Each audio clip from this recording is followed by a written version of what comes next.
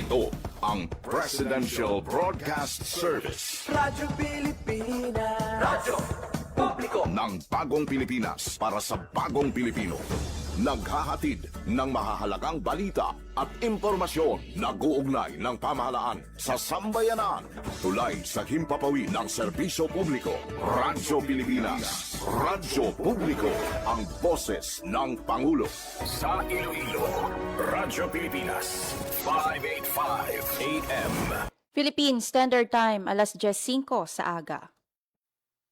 Dali na Tukibunta ang Western Visayas. Dali na Tuloy ang mga solusyon sa problema. Pinaagi sa siyensya at teknolohiya. Sa siyensya, teknolohiya at inovasyon. Dali na Tukibunta ang Western Visayas.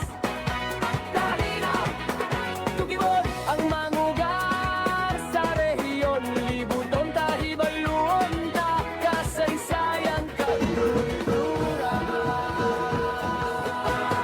Tukib Western Visayas. Tukib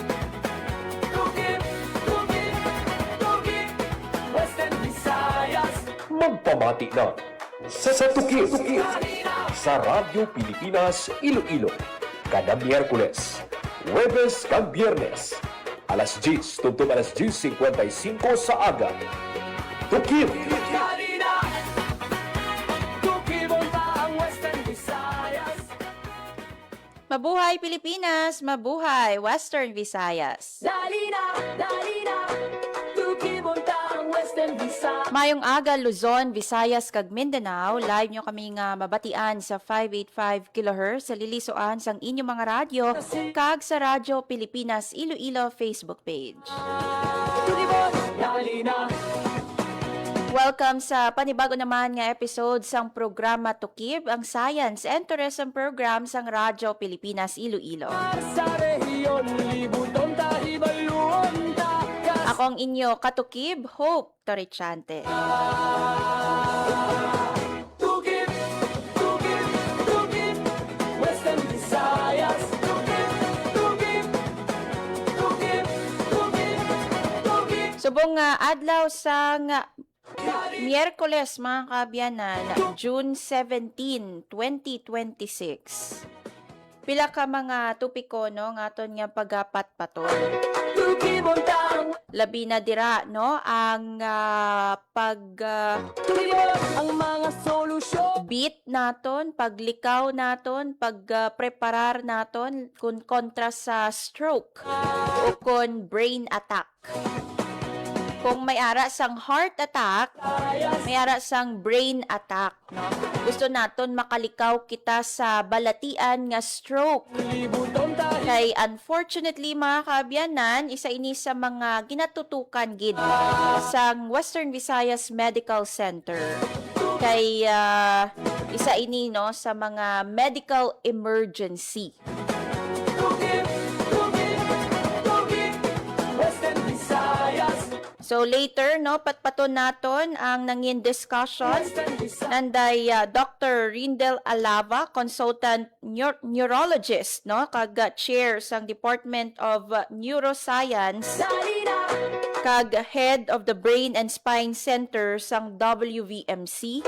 Kaupod of course si Dr. Doreza Abad, consultant neurologist, section chair sang Adult Neurology Department of Neuroscience, and at the same time ang head no sang stroke services sang Western Visayas Medical Center. Tukibot ang Very important gid mga kaabyanan ang isa ang discussion nga ini no sining episode sa programa Tukib, ikaayong lawas naman nato no o kon health ang aton nga istoryahan kagusto naton makalikaw sa stroke. So kung gusto naton makalikaw sa stroke mga kaabyanan, of course pangapina naton ang aton nga lawas. Visayas. Dali Ano ba lang mga senyales kung ang isa ka tao no solusyon. na stroke? Problema. Paano makalikaw sa stroke nga balatian? Teknolohiya. Kag anong dapat ubrahon, no? Kung may ara ka sang kilala, bukon ka pamilya nga na-stroke. Diin bala dalon ng mga pasyente no nga na-stroke diri sa aton sa syudad kag probinsya sang Iloilo. May ara bala kita sang stroke ready facility. So bantayan ina no with Dr. Rindel Alava and Dr. Doresa Abad sang Neuroscience Department no sang Western Visayas Medical Center. But before that mga kaabyanan, i-check anay naton ang lakat sang panahon kag ang aktibidad sang bulkang Kanlaon. Panahon, hibaluan ta, kanlaon bantayan, alerto kita, stay safe, stay ready, pamatian na. Sa bahin sang bulkang Kanlaon mga kaabyanan, nakabalhag ang DOST FIVOC sang siyam kapag bugas ang abo Hibaluan, nga naglawig tubtub 213 minutes alerto samtang 17 ka volcanic earthquake naman ang nabalhag lakip na dira ang 15 ka volcanic tremors nga naglawig man no sang 213 minutes. lakat sa Ang sulfur dioxide flux sang bulkang Kanlaon yara sa 1,762 tons kag nabalhag ina kahapon nga adlaw June 16. Samtang ang bulkang Kanlaon no nagapabilin sa alert level 2. panahon, hibaluan ta. Meanwhile mga kabyanan, sa bahin naman sang lakat sang panahon, makaupod nato ng aton nga DOST Pag-asa Iloilo.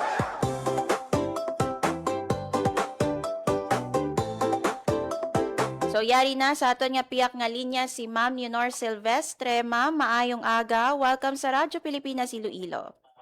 Hi, hello, maayong aga. Muna yung ating latest weather update para sa karon nga adlaw sa Wednesday, June 17, 2026. Sa subong mayara kita ka isa ka LPA nga gina-monitor outside sa ating nga Philippine Area of Responsibility. So as of 8 a.m. kaginang aga, ang iyang lokasyon ay yara sa may kalayuan 2,900 km east of Eastern Visayas. Ang ini nga LPA ay may medium chance ini nga magadevelop or into tropical depression o bagyo within the next 24 hours. Samtang easterlies ang nag-aapekto sa may eastern sections of Visayas and Mindanao.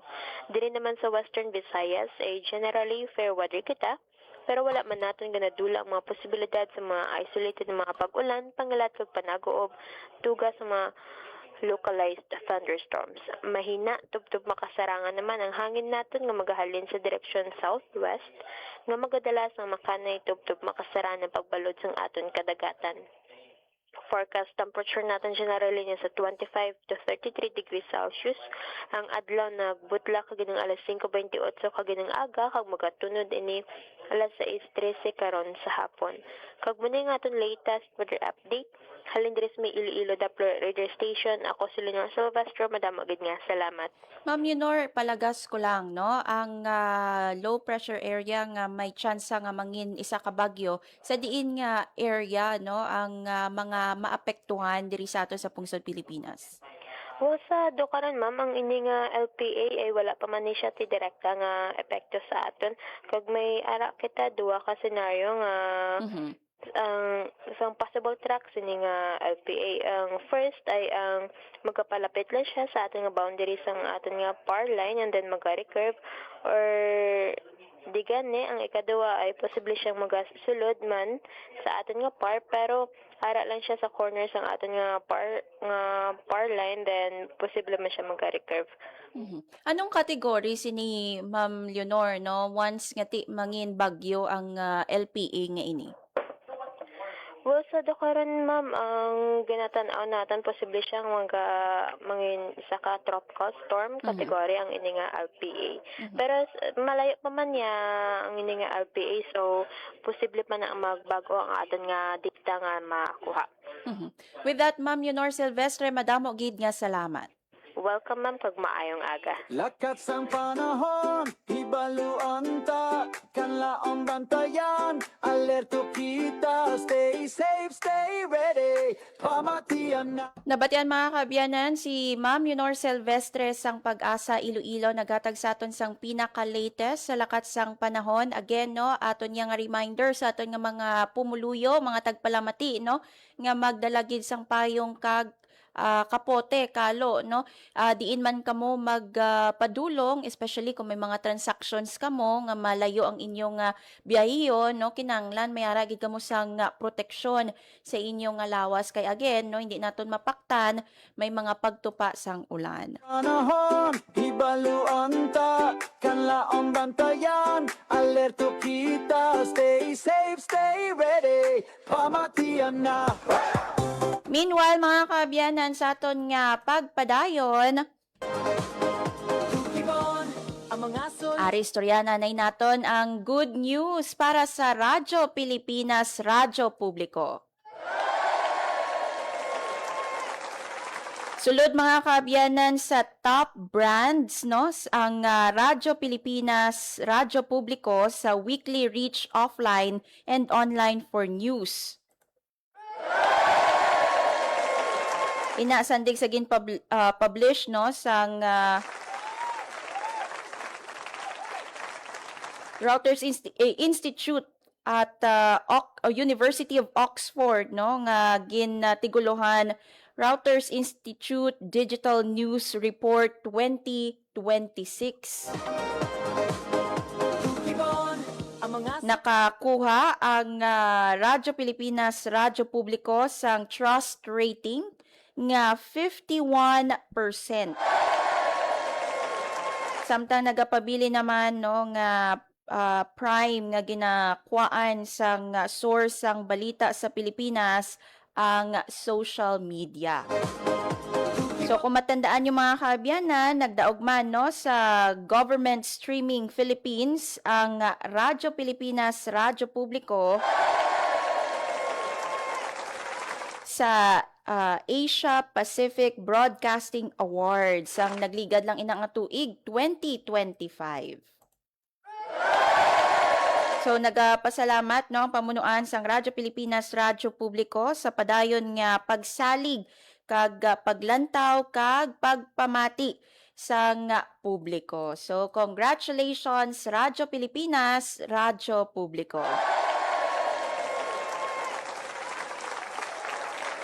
Do gina-cement lang, no, sang Radyo Pilipinas, Radyo Publiko ang iya man sining mando, no, parang maghatag sang husto, timely, no, kag credible news para sa aton nga mga tagpalamati. So again, congratulations Radyo Pilipinas, Radyo Publiko, 51% trust rating.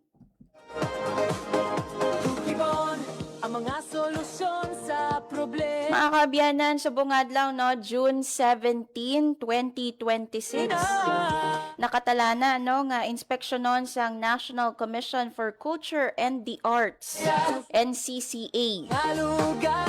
Amo man sang National Historical Commission of the Philippines, ukon NHCP. Ang UNESCO Heritage Site sa Banwa sang Miagao, no, ang simbahan sang Miagao, isa sa mga pinakasikat nga destinasyon diri sa probinsya sang Iloilo. Ina kasunod mga kaabyanan sa nagluntad nga linog, no, kung sa diin ang lokasyon na monitor sa DOST FIVOX sa Aninii Antique. But nabatyagan abi ini, no, sa areas of Iloilo and Negros Occidental. Kaysa information number 2 mga kaabyanan sang DOST FIVOX, mayara sang magnitude 4.9 nga linog sa Aninii Antique 11 or pasado alas 11 sang gabi sang June 14.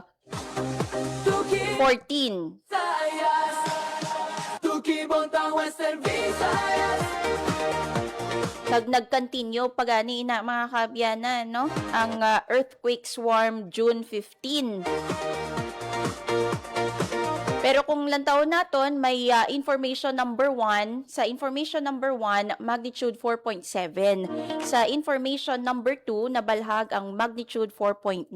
Almost magnitude 5, no? Nga linog sa Anini, Antique. Kag nabatsyagan sa mga area sang Iloilo. May friend gani ako, no? Nag-chat gid nga may linog kuno, no? Nga nabatsyagan. But some of our friends man, no, wala na nakabatsyag kay again manog alas 12 na to, no, sang kaagahon iban sa ato nagakatulog na sang nagluntad ang nasambit nga linog. Ang Miagao Church mga kaabyanan nga isa ka sikat nga tourism destination sa banwasang Miagao kag sa bilog nga probinsya sang Iloilo, ang nakatala na nga inspeksyonon again, no, subong adlaw na June 17 sang National Commission for Culture and the Arts kag National Historical Commission of the Philippines. Kay may mga nakit-an didto, no, nga kinahanglan o sisaon gid sang mga eksperto. Ano gid ina, no, ginatutukan bangod nga again ang Miagao Church ginakabig nga UNESCO Heritage Site. Importante ina mga kaabyanan ang Miagao Church. Kay mga dumaan na nga daan, no, ang dumaan ng simbahan nga ina. Dako ang papel man sina, no, sa kasaysayan sang Pilipinas. Nasaksihan sina ang pila ka mga importante, no, nga mga activities or events, no, diri sa Iloilo or sa First District. Ara na wala pa tayo na bata, ara na, no, ang Miagao Church. Gani ginapangapinan gid, no, sang National Historical Commission kag sang National Commission for Culture and the Arts. So sandig sa ilang announcement, no, sang Miagao Tourism Office subong nga adlaw, no, magapadulong sa Miagao ang NCCA kag NHCP. So kamusta bala ang simbahan sang Miagao, no, kay ti nagtagman sang update ang mayor nor alkalde sang banmasang Miagao, si Mayor Engineer Richard Garin. So yari mga kaabyanan, no, pamatian ta si Mayor Richard Garin, ang alkalde sang Miagao, Iloilo. Ang mga solusyon sa problema pinagi sa siyensya kag teknolohiya. Dali na Tukibon ta ang Western Visayas. Tukibon ang mga lugar sa rehiyon. Libuton ta hibaluan ta kasaysayan kag kultura. Anyway mga kaabyanan, balikan na lang nato, no, later ang pahayag ni Mayor Richard Garin, no, sang Miagao, Iloilo. Tukibon ta Western Visayas.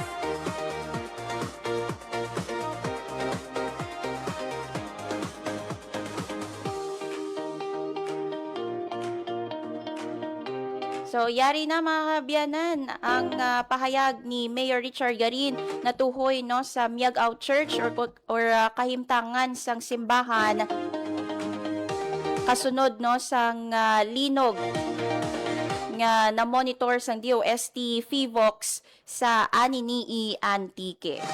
Tukibon ta Western Visayas.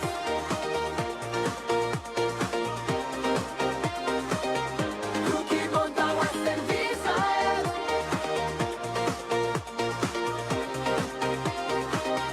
Tukibon ta Western Visayas. 16 Subong, the church is open. Ang present situation sa church is normal.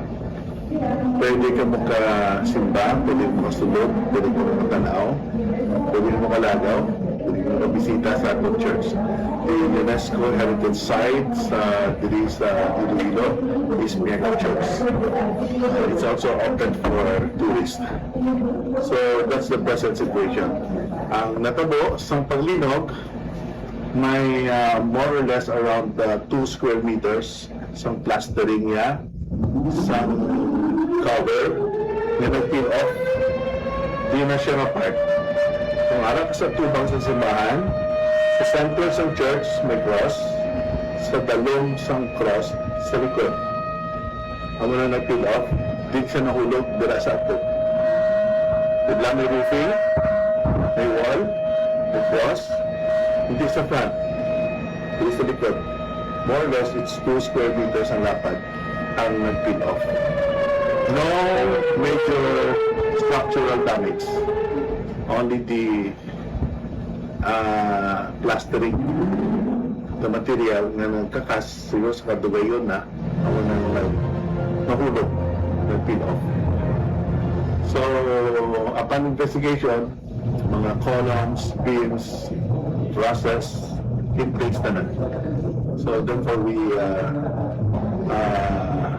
declare that the church is June 16 to go. The church is open. Maging fuel efficient sa wastong pressure ng gulong at pag-set ng thermostat ng aircon sa katamtaman o hindi bababa sa 22 degrees Celsius. May savings ka na aabot sa 5%. This is a public service announcement from the Department of Energy and this station. Game, 1, 2, and... Paatuhod, balikat ulo, itapuetan, may wangat susus. Huwag mong titigan ang hindi sa'yo at maging disenteng tao. Pare, ang catcalling ay isang uri ng sexual harassment. Di biro ang sexual harassment at di nakakamacho ang pang-aabuso. Isang paalala mula sa Philippine Commission on Women at ng himpilang ito. Maging fuel efficient sa regular na preventive maintenance, malinis na air filter, fuel injectors at engine oil, may savings ka na aabot sa 2%. This is a public service announcement from the Department of Energy and this station.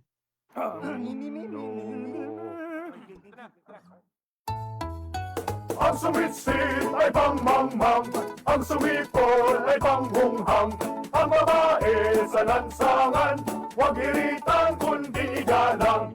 Pare, ang catcalling ay isang uri ng sexual harassment. Di biro ang sexual harassment at di nakakamacho ang pang-aabuso. Huwag iritan kundi igalang. Isang paalala mula sa Philippine Commission on Women at ng himpilang ito. Ang violence against women and their children o VAUC ay isang krimen at hindi isang pribadong usapin lamang. Ito ay nakasaad sa Rule 3, Section 6 ng Republic Act 9262 o Anti-Violence Against Women and Their Children Act of 2004. May obligasyon ako, ikaw, tayong lahat. And vow now. It's our duty. Ang paalalang ito ay hatid sa inyo ng Philippine Commission on Women at ng himpilang ito.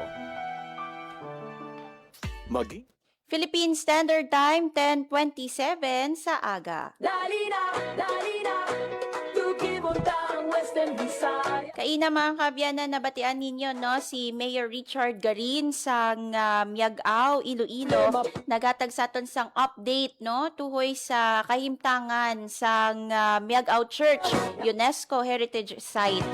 Kay nakatalana again no nga inspeksyonon sang NCCA kag NHCP kay nagpanugyan no ang Miagao Tourism Office. May kaangtanan sa nagluntad nga linog kung sa diin ang lokasyon na balhag no offshore sang Aninii Antique. Abay pa wala gid sang major damage no sa Miagao Church again because nga ti isa ina ka marker no sang kasaysayan no ginapangapinan no sang aton nga pungsod Pilipinas. Anyway ginpahayag ni Mayor Garin nga pwede makasulod no sa simbahan ang aton nga mga kauturan. So sa aton nga mga kauturan dira no especially mga turista nga nagapadulong sa banwa sang Miagao magpa-picture sa fasad sang simbahan Pwede ka mo sa gihapon makalantaw no sang simbahan sang Miag-aw. Ibaluon ta kasaysayan. And speaking of Miag-aw, mga kaabyanan, dito ginhiwat ang opening program sang Interagency Territorial Defense Operations exercise. Isa ina ka simulation exercise nga ginpangunahan no sang Iloilo Provincial Government kag sang Philippine Army. So parang matakos ang kahandaan sang Philippine Army, mga nagkalain-lain nga ahensya sang gobyerno, Iloilo Provincial Government, partikular ang PDRRMO kag LGU Miag-aw. So naga-continue ang ina nga simulation exercise, mga kaabyanan, kag this time ginahiwat ini subong no as we speak, ongoing ina sa Banwa sang San Joaquin. So hindi ka mo matublag ha. Wala sang threat no, but rather isa lang ina ka simulation exercise. Parang makabalo ang tanan no, mga nagkalain-lain nga ahensya kung anong dapat obrahon no sa mga nagkalain-lain man nga mga pamahog. May lakip sa mga senaryo, missile attack, kag madamo pa no, kay 3 ka scenarios ang takson sa Interagency Territorial Defense Operation Exercise. Anyway, mga kaabyanan, yari naman no, ato naman nga istoryahan ang brain attack o stroke. May kilala ka bala nga may diabetes? May kilala ka bala nga may hypertension? May kilala ikaw nga wala gid exercise no, wala gawlag-gulag? May permi lang nagainom no, adlaw-adlaw masami nga nagainom sang makahulubog nga ilimnon.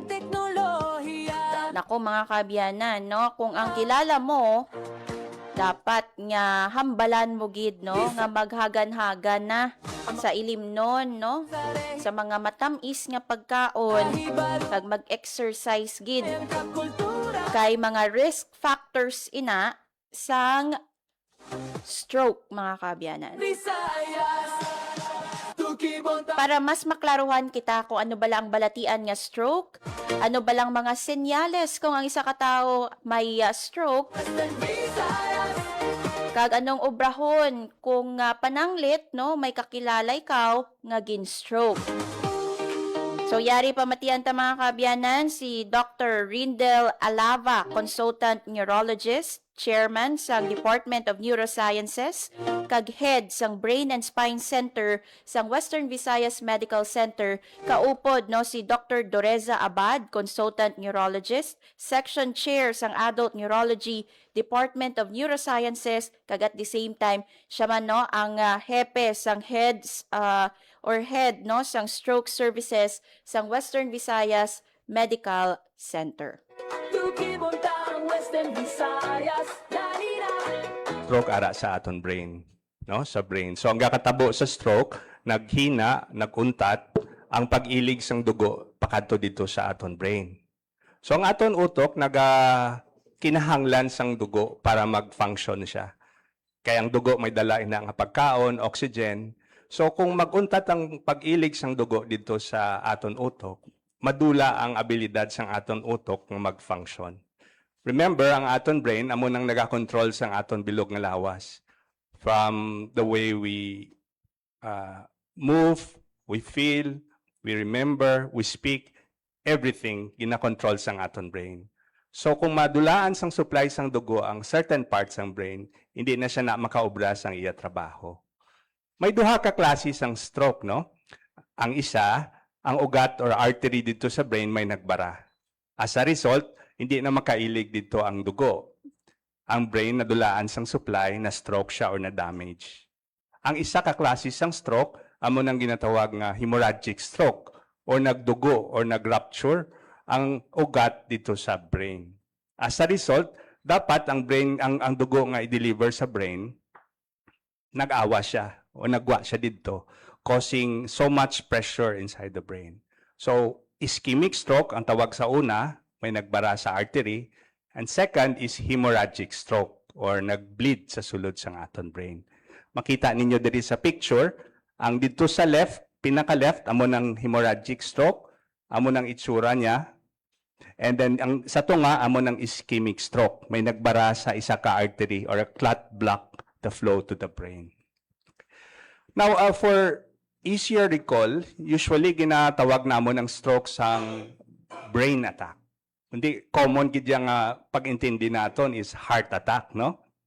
May ginatawag namon nga brain attack just to emphasize the urgency.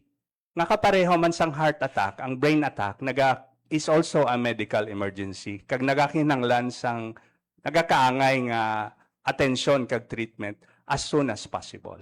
That's why we call stroke as a brain attack.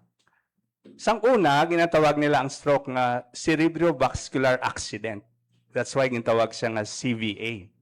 Pero actually, it's incorrect, no? Kay tungod ang stroke, it's not an accident. It is called a cerebrovascular disease or part of cerebrovascular disease. Or commonly, ang ginagamit na namon subong is brain attack. April.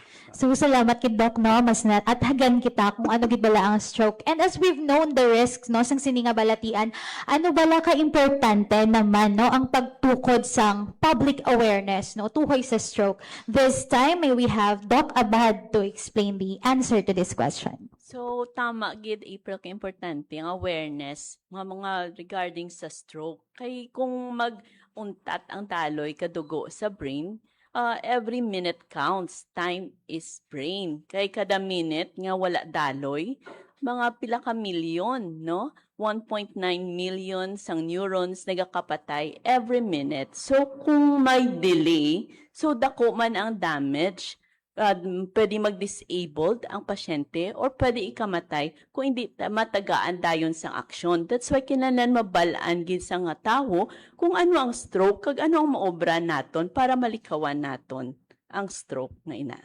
So, it is very critical, good Doc, na nga mahibalaan mismo sang tawo nga may ara siya gali, nagaka-experience na siya sinina. So, to Doc Alaba naman, paano natin mahibalaan kung ang isa bala ka tawo nagaka-experience siya sang stroke, kag ano bala, no, ang mga dapat natin nga himuon? Well, ang mga signs, no, signs and symptoms ng stroke, may ara sang acronym, no, ang mga natawag nga BFAST. So tandaan na naton, BFAST. B stands for balance. Nadula ang iya nga balanse. Do matumba siya kung maglakat siya. Or mas kinagapungko siya, may tendency nga matumba siya. Either sa wala, sa tuo, o kung sa tubang or sa likod. Depende kung ano nga parte sang utok ang na-stroke. Ang E sa BFAST stands for eyes. Gulpi lang hindi siya kakita sa isa ka side sang iya mata. Usually, isa lang gid ka side, hindi duha. Ang F stands for face, no? Nagkiwi ang iya guya. Gulpi lang, nagkiwi ang iya guya. So, kung hambalon mo abi sa katawo nga nagasuspetsya ka nga na stroke, hambalon mo siya nga payuhom or pakita ang iyang ngipon, kung makita mo nga hindi pantay or nagkiwi ang isa ka side sang iya guya, posible nga na stroke siya. Ang A stands for arms. Nagluya ang iya nga isa ka side sang iya kamot. So kung may tawo kang ginasuspetsahan nga na stroke, pwede mo paalsa ang iya kamot. Kag kung ang iya kamot nahulog o nagaluya o hindi niya maalsa, posible nga na stroke siya. Kapin pa kung may upod nga palangluya man ang iya tiil, same side sang palangluya sang iya kamot, kag same side man sang pagkiwi sang iya guya. Ang S stands for speech. Ang speech meaning nagpukol ang iya panghambal. Pwede nga hindi siya kahambal. Pwede nga nagahambal siya pero hindi maintindihan ng iya ginahambal, wala nagasinanto. Sagad lang siya hambal. So initanan, nagatudlo nga posible nga na-stroke siya. Ang pinaka-importante nga keyword dere is gulpi lang. gulpi lang because stroke is sudden onset focal neurologic deficit. Butsing ganon, gulpi lang nga may nagbara. That's why yung tawag siya nga stroke. Kung ang inisya nga nabatsak sang pasyente, amat-amat nga natabo, sinimana, amat-amat nagluya, dako ang posibilidad nga base hindi siya stroke. So stroke is sudden onset na dula ang function sang iya brain. So kailangan be fast. You have to be fast kung may ara ka sang ginasuspetsahan nga na stroke, maski diin man ina nga lugar, whether sa workplace, whether sa school, whether sa community, or maski sa inyo balay.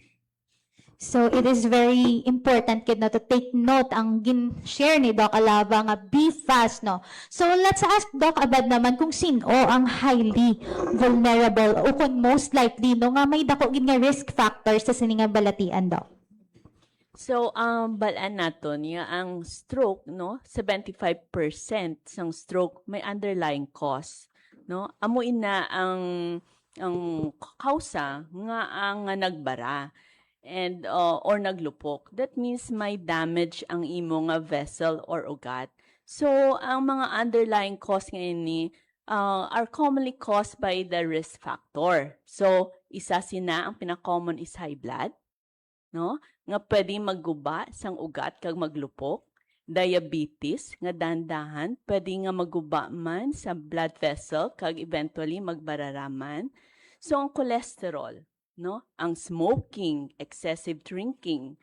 So ang obesity, no, cholesterol kag ang mga wala sang mga activity. So kag ang diet gid ang importante kag syempre ang mga stressful, no? Nga mga activity, kung permi ka lang stress, you are also high risk of stroke.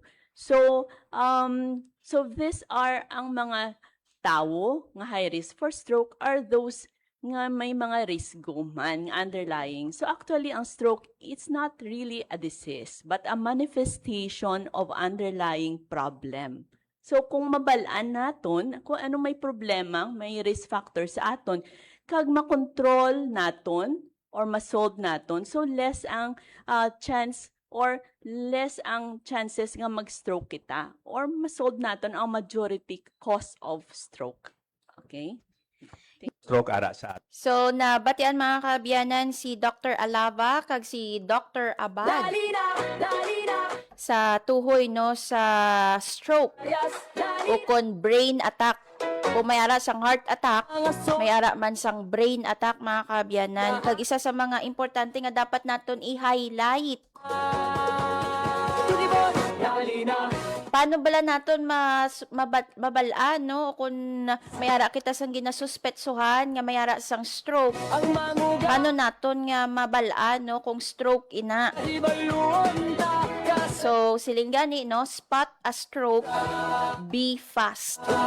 Acronym ina para sa balance, eye, face, arm, speech, kag time. So, ano ba lang mga senyales, mga kabiyanan?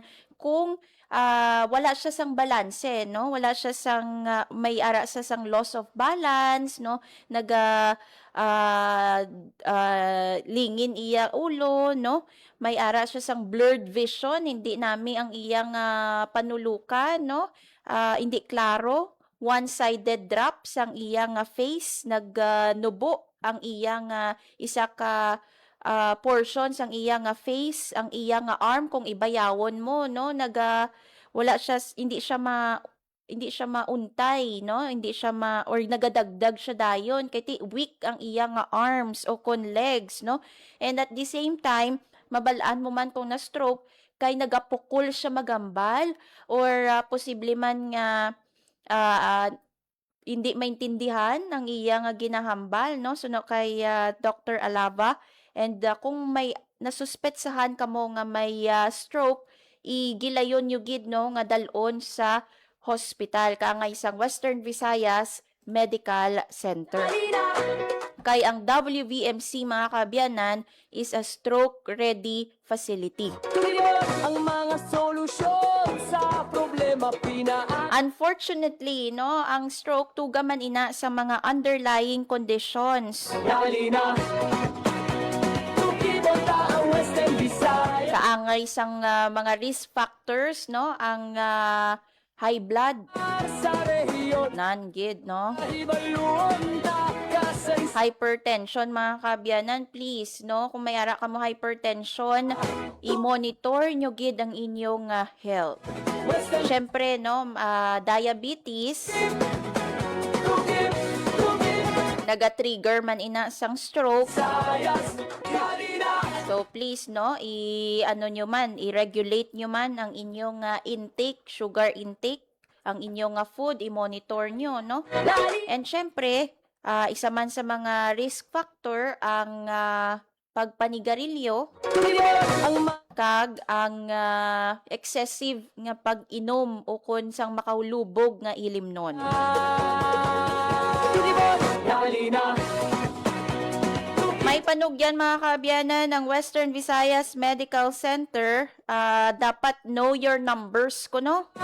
Ano nga mga numbers ang kinahanglan naton nga isa-isip? Kasaysayan kag kultura Ari, mga kaabyanan, blood pressure.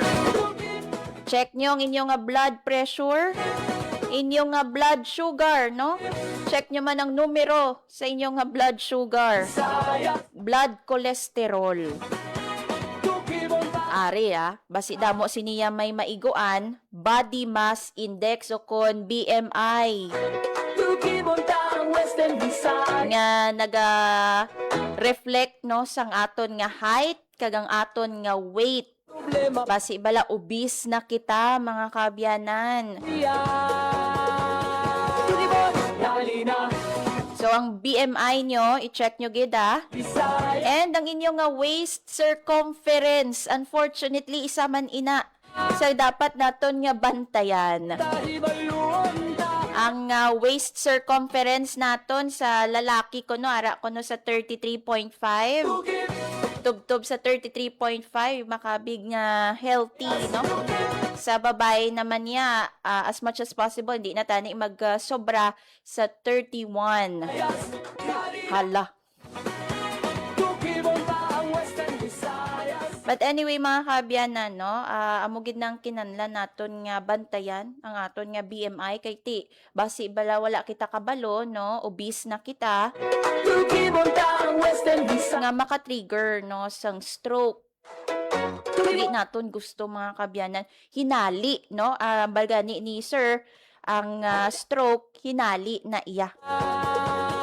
Tugibon Kalina Tugibon ta ang Western Visayas Kalina Tugibon ang mangugar sa rehiyon libuton ta hibaluon ta kasaysayan kag kultura Tugib Western Visayas Uy, by the way, Tugib wala pa man kita tapos ang aton nga discussion. Gusto lang naton nga tamyawon sang congratulations ang utod sang aton kaupdanan diri sa Radyo Pilipinas Iloilo cum laude, no, sa Iloilo Science and Technology University, si Ma'am Via Aventura. Wow, cum laude recognition nila subong nga adlaw diri sa ISAT-U. Si Ma'am Via ni architecture ni ang iyang ginakuha diri sa ISAT-U. So congratulations, Ma'am Via, cum laude. Sabay pa, no, makakuha na si Ma'am Via sang iya man nga lisensya eventually, kaya mo man ini ang iyang handoman, no, after sang graduation maka internship sila and makakuha sang board exam. So kay Ma'am Via, panugod pa lang ni, no, sang madamo pa niyang katumanan sa iyang mga hando. Solusyon sa problema pinaagi sa siyensya. Siyempre, congratulations man sa amon nga intern diri, no, sa Radyo Pilipinas Iloilo, si Lea Lynn Kalakasan, nga nag-intern diri, no, magagraduate man subong school year 2026. Congratulations sa tanan nga mga estudyante man diri sa nga ISAT-U subong adlaw ginahiwat ang ilang nga recognition day. Anyway, mga kaabyanan, yari bala, no? Ipadayon nato ng aton inon-anon sa stroke. Pamatian ta again, no? Si Dr. Abad, kag si Dr. Alaza, no? Ang aton nga mga dinapit diri or rather ang mga gikan sa Neuroscience Department sa Western Visayas Medical Center. So, sang 2024, ang census namon sang stroke, mga 800 plus. Sang 2025, it shoot up to about 2,000 plus. Sini nga 2026, ang average stroke patients namon, mga 4 to 5 per day. So, isa ini sa mga rason nga ang we wanted to have this public awareness program because we wanted to address the increasing number of stroke cases nga ginadala sa amon. Most of these cases are actually middle-aged individuals, meaning from age 30 to 50, working group, starting their career. And most of these cases are severe stroke. So, kinahanglan gid is kabalo kita kung anong stroke, ano ang mga simptomas ng stroke para ma-recognize naton nga ang aton utod, aton pamilya or kita mismo may stroke. So, kinahanglan gid recognition kag information about stroke. So, kung ginhambal kay na ni Dr. Alaba, ang mga simptoma amo tong be fast. Kung may ara ka isa sina simptoma, kag may risk factor ka for stroke like diabetes, hypertension, cholesterol, obesity, inactivity. So, dako ang chance mo mag-stroke. So, kung may ara ka, dapat magpakadto ka na sa hospital para mabalaan kung may stroke ka gid man, kag para ma-CT scan ka dayon para ma-differentiate natin kung ano nga klase ka stroke. Kay kin-mention, duwa ka klase. So sa duwa nga klase, lain-lain ang pagbulong. Hindi pwede hatang isa ka bulong sa isa. So kinahanglan mapa-CT scan para ma-recognize natin, ma-differentiate kung may bara siya, ischemic, or may hemorrhagic stroke siya. And by then, so dasiga ina. So pagkadto mo sa Western Visayas, may triage kami. So pagkadto pa lang dira sa entrance, hambalon mo nga daan, do may simptoma ako ka stroke para ma-prioritize ka. So pag maghambal nga may possible nga stroke, gina-activate dayon ang brain attack para nga mahatag dayon ang bulong nga kakaigo para sa imo. So bali amo na no, kung may acute stroke, amo na siyang management ang gindiscuss ni Dr. Abad no, nga importante madala dayon sa ospital. Ang amon nga golden period nga ginabasihan kung sa diin pwede kakahatag sang bulong para matunaw ang bara, maximum of 4.5 hours. Halin sang nagsugod ang iya nga simptomas or what we call last known well. So magsulod na da ang pasyente, mangkuton siya, saan siya last nakita nga okay siya? For example, 8 a.m. So nagkadto siya sa hospital 10, so 2 hours ang period. Pwede pa siya matagaan sang bulong. So ang importante gid, last known, the time the patient or the person was seen last known well. Namo na siya. So kung ischemic stroke kung hemorrhagic stroke, medical ang pagbulong, gahatag sang bulong, or kung damo ang dugo nga nag-awa sa brain, ginaoperahan sang amon mga neurosurgeon. Ginakuha, manually evacuate ang dugo. Kung taman kadako sang ugat nga nabarahan, we call it large vessel occlusion, may ara dira sang kapasidad ang ospital nga mechanically kwaon ang clot dito sa brain. Ang tawag sina is mechanical thrombectomy. Ang paghatag sang bulong sa ugat, thrombolysis. Thrombo ang clot, lysis, tunaw. Ang mechanical thrombectomy, manually, kwaon dito or retrieve ang clot dito sa iya brain. So mahimo si neurosurgeon, may neurosurgeon kami, vascular neurosurgeon, sang gamay nga hiwa sa iya nga vein, sa iya nga major vein sa hita niya, mapasulod siya sang catheter, sang guide, tapos inatanaw ina siya sa scan, sa angiogram. Pag abot dito sa babaw, sa ugat sa brain nga may nagbara, i-retrieve na or kwaon or suctionon ang bara niya. So mas malawig ya ang window period kung mechanical thrombectomy. But of course, we don't say nga dapat amo pa ning oras. Kailangan the earlier, the better. Amo nang sa acute treatment. Pero may ara pagid ang importante is prevention. Paano naton ma-prevent ang stroke? Actually, 80% sang stroke pwede gid ma-prevent. Butsing ganon, sa isa ka gatos nga tawo nga na stroke, 80 ginada ang pwede naton ma-prevent. How? By controlling the risk factors. Isa dira is ang munang gina-espouse namon, know your numbers. Sa know your numbers, BP mo, imo blood sugar, imo cholesterol, ang LDL cholesterol, body mass index, kagang aton nga waist circumference, no? So amo ni mga numbers nga balaan nimo, kag dapat within normal range siya. Sa BP, less than 130 over 90. So pasado pa kamo. Blood sugar, ang A1C, no? Ang A1C amo na siyang average sugar, less than 7%. Sa cholesterol, ang LDL amo ng bad, no? Less than 100. Or kung grabe gid ang risk mo, less than 70. Sa BMI, amo ng weight versus height. So, dapat 18.5, no? 0.5 hasta 24 or kung bali na 23. Okay. Sa waist circumference,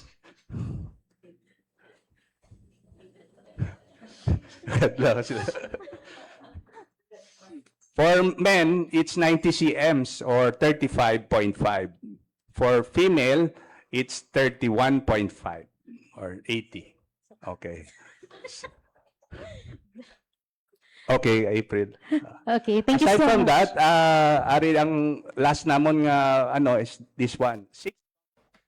Na batian mga kaabyanan si Dr. Abad kag si Dr. Alaza sang Western Visayas Medical Center Neurosciences Department.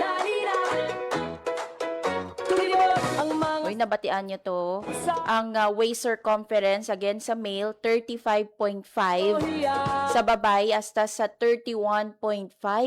Pasok pa ba? Sa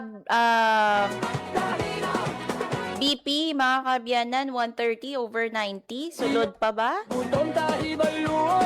Sa sugar, less than 7%.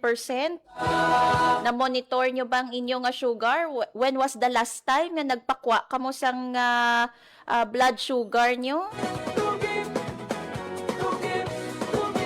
Sa blood cholesterol naman niya, mga kaabyanan, less than 100%. Amo na kinahanglan gid naton no nga from time to time dapat magpa-laboratory kita no. Ako do like last month lang ako nagpa-check no sang akon nga blood sugar, luckily or fortunately less than 7% pa man siya. Importante gid nga ma-monitor naton, ma-track naton ang aton nga health.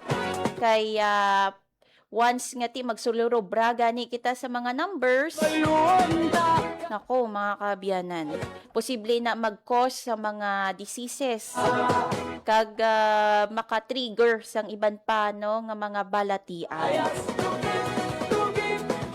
So ang aton nga panugyan kaupod ang Western Visayas Medical Center.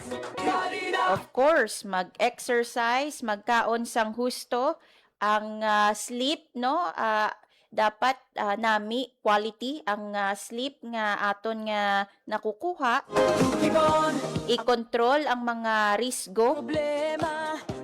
Siyempre, mental fitness importante man ina, kag interaction or communication, mag-istorya-istorya man ta no, mag-distressing kay ang stroke mga kaabyanan no, brain naton ina.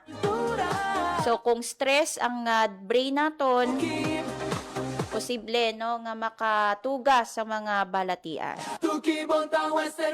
Mga pina ng aton nga utok, kay ang utok nato nagakontrol sang aton nga movement, sang aton emotion, kag madamo pa. Control center ang brain. So that's it mga kaabyanan, no? Diri sa programa Tukib, ginstoryahan naton ang ikaayong lawas, partikular ang stroke. Kung madumduman nyo, no, ang nagligad naton nga episode, WVMC man to, no? So kabay pa madamo pa kita sang makuha nga mga balita, impormasyon sa Western Visayas Medical Center, especially no sa health science. Philippine Standard Time 10:59 sa aga. Madamo gid nga salamat mga kaabyanan sa inyo nga pagtutok diri sa programa Tukib sa Facebook Live kag sa radyo sa 585 AM. Gusto naton nga pasalamatan no ang mga followers naton sa Facebook, no? Keep following us, keep liking. Mangin part man sa Radyo Pilipinas community. Again, gusto naton i-congratulate no si Ma'am Via Aventura kag tanan nga mga estudyante sang Iloilo Science Technology University o kon ISAT-U kay subong adlaw ginahiwat no ang ilang recognition day.